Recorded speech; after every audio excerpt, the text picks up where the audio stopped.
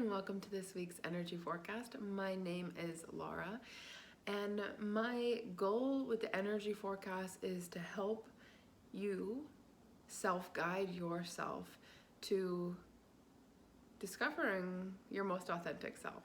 So through my work, through my teachings, if you will, my desire is to help show you that you're capable of facing all of life on your terms and navigating it with greater ease than you have in the past.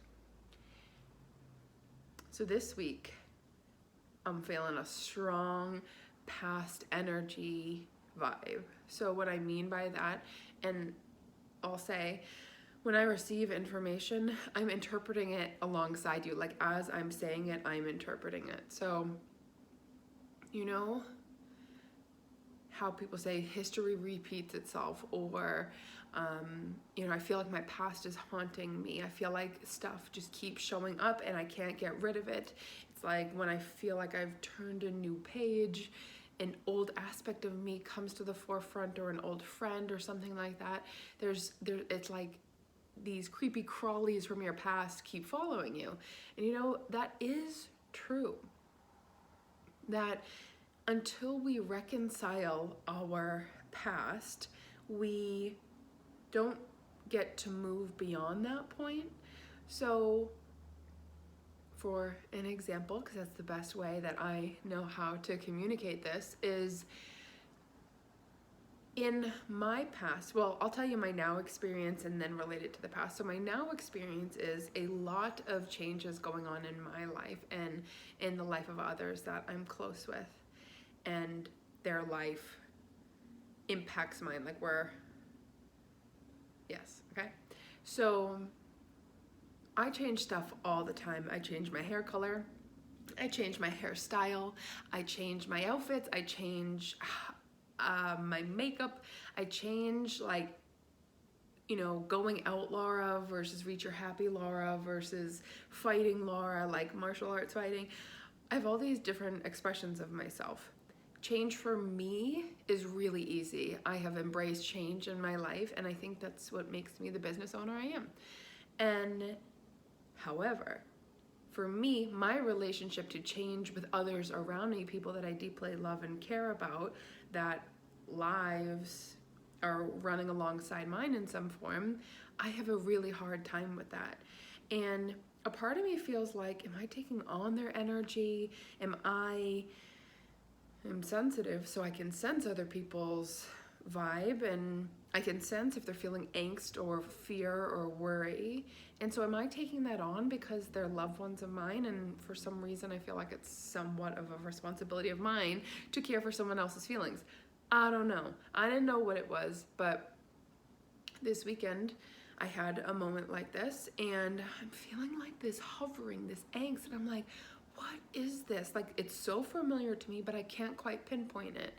And I'm like, okay, something from my past. Like, this isn't a new feeling. It's very familiar. So instead of just brushing it off of like, oh, it's angst, it's anxiety, it's whatever it is, right? We like to label and then just push it off the table. I was like, all right, let's revisit the past for a moment. Let me experience this in a younger version of myself. So who's experiencing this feeling? What version of me? And I immediately got brought to a springtime. I was wearing a light blue coat from Old Navy. It was kind of like a raincoat slash like it's too cold to not wear a coat, too hot to have a real coat. Anyways, and I'm like, oh, that coat, like I hated the buttons, I hated how it felt inside, like why is that? And it was like, okay, go a little bit further. What else was happening here? And lots of changes for my mom. My mom had breast cancer, and she changed in different forms throughout her body, and she had different treatments for nearly 10 years. And so that's where this comes from. My angst, my fear, my anxiety of change for someone that I love and care about comes from my relationship to my mom and her ever-evolving state.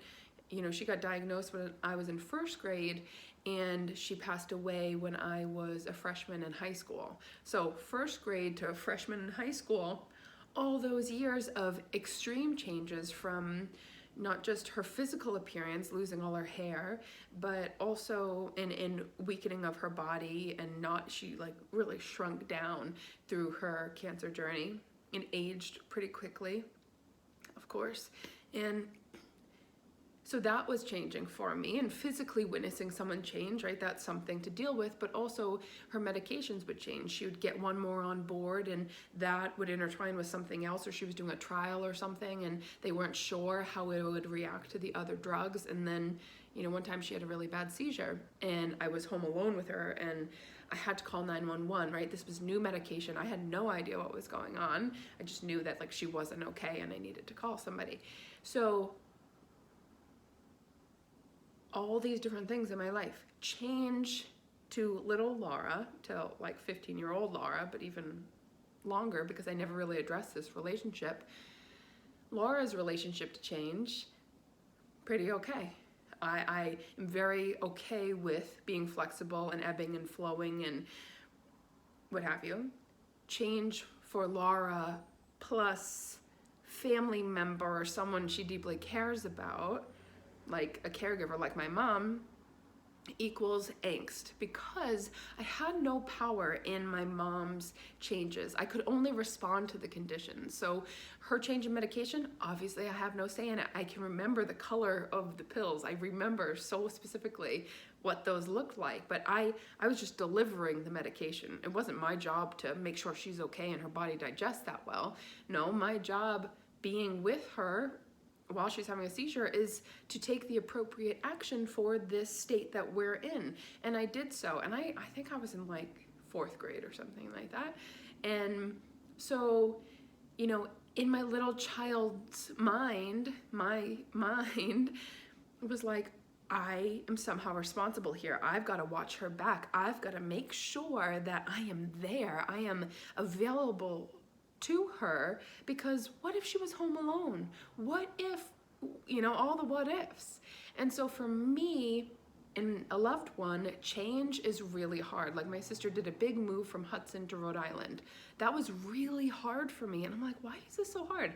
I'm not moving. Of course, my little loves are going away, but like there's something so much deeper here.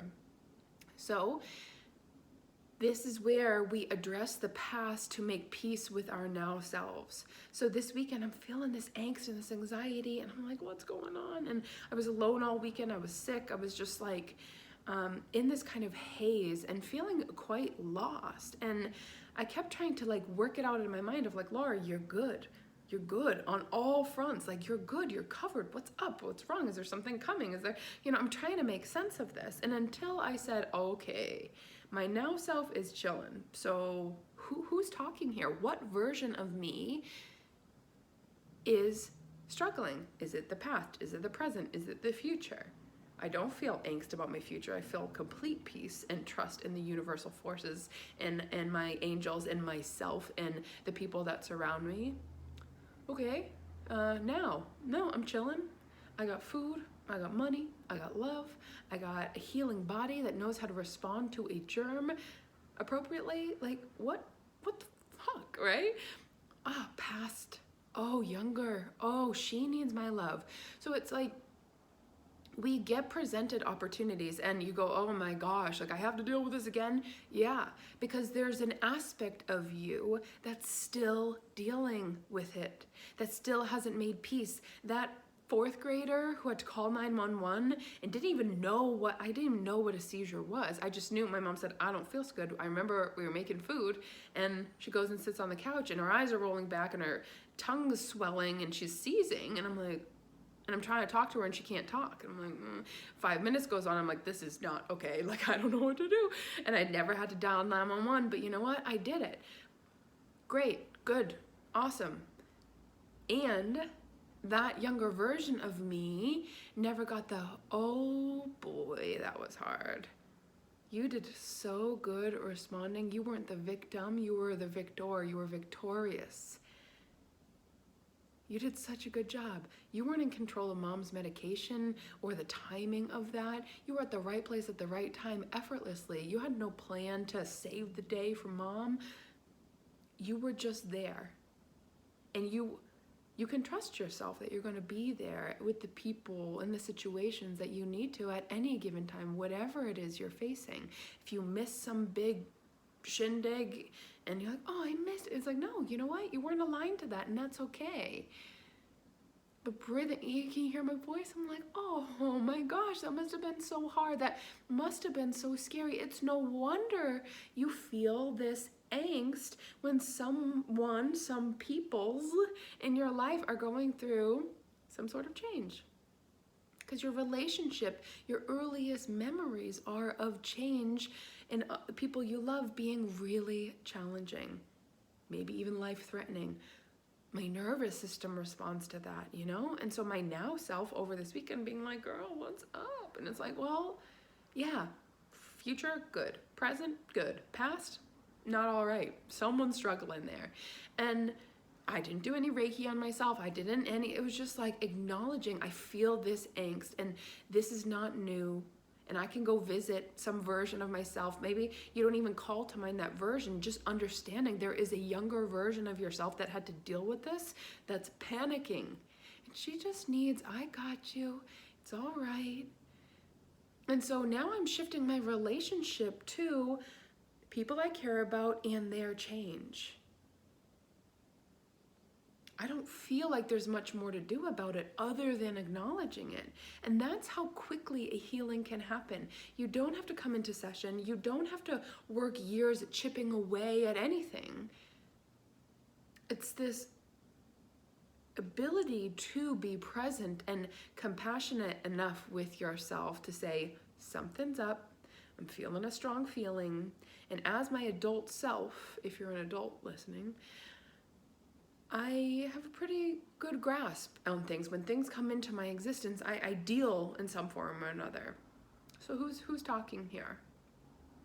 Yes, a much more inexperienced version of myself. And experience is the greatest teacher. So that version of me that was once a newbie to calling 911, to being in an emergency situation and responding appropriately, like I'm not there anymore, but my emotions are still existing in the past. So when history repeats itself, when you're in that relationship and you're going, how am I here again? You're dealing with a confrontation with a loved one. You're like, what is this? There's an aspect of you working this out. And we really need all of that. We need the friction, the discomfort to help us continue this process of self-soothing, self-healing, self-acknowledgement. Because everyone's goals are different in life. Everyone's soul's path is so different. And I think if you polled most of people, they want to feel peace, maybe some sense of ease, maybe even some sense of like satisfaction or content or confidence, right? There's some basic things that people across the world, across all existence, want for themselves.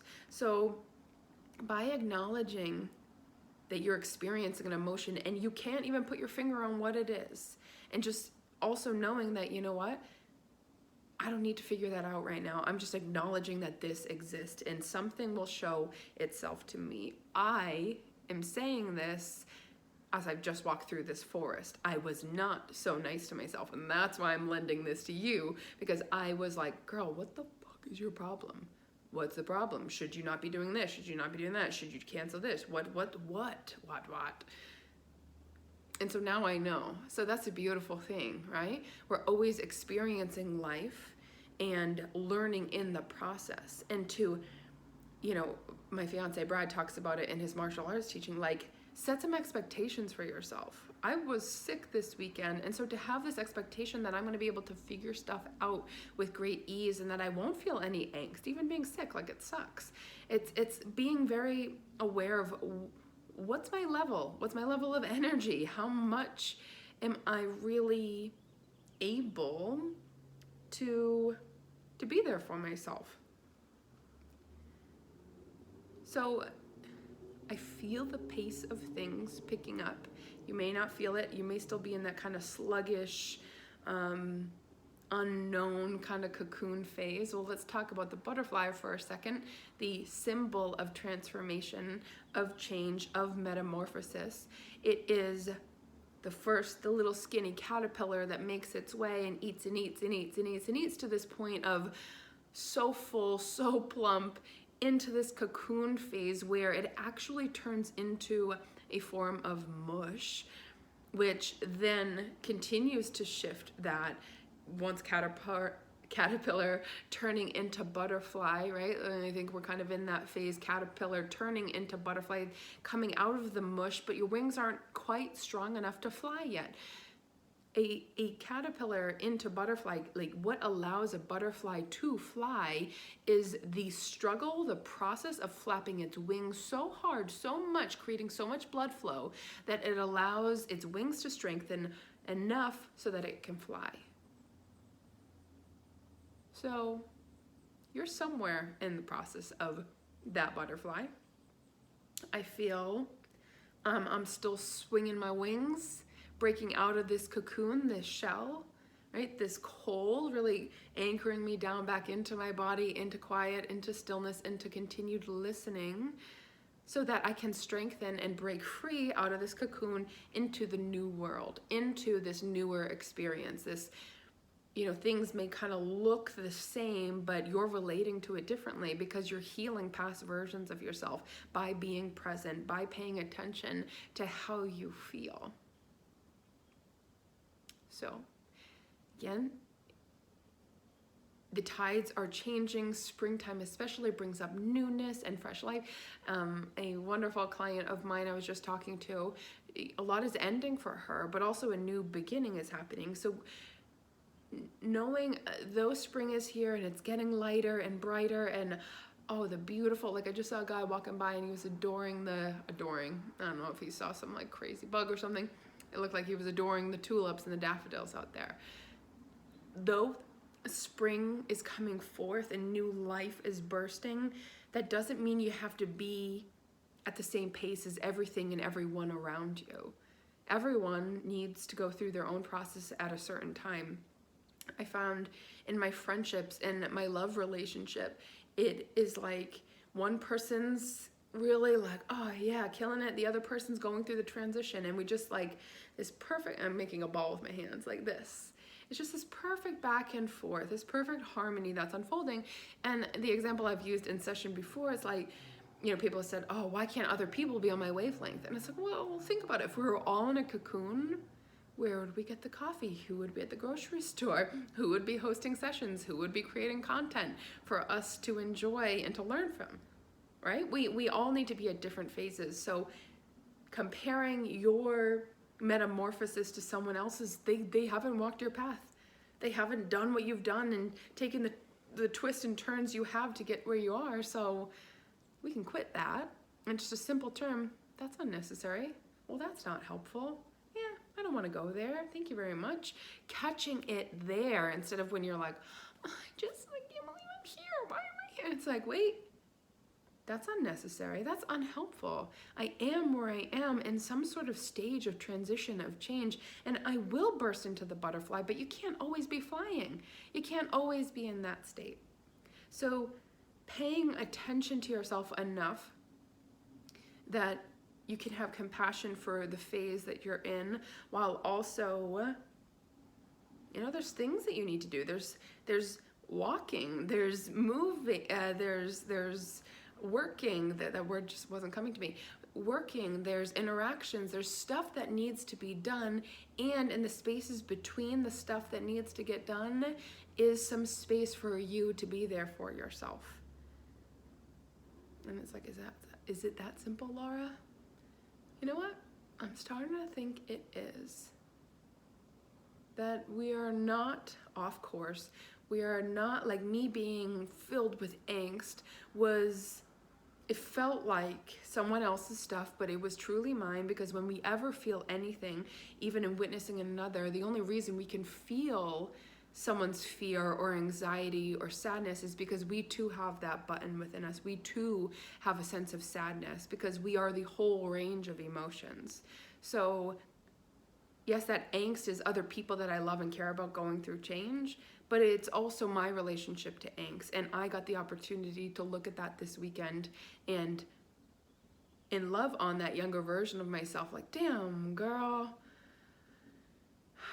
you did it, and I'm here for you. And I'm going to acknowledge not that you did it and you're successful and you should be happy about that, but that was really hard. And that it's so understandable you feel angst about change for other people that you love. Look at your history. Of course you feel that way. And it's not, and we can change that. It's just letting that be the first step. And that is all I have for you today. Thank you so much for tuning in. If you enjoyed this, please like, subscribe, share, do whatever you feel called to do. And I look forward to talking to you soon. Bye-bye.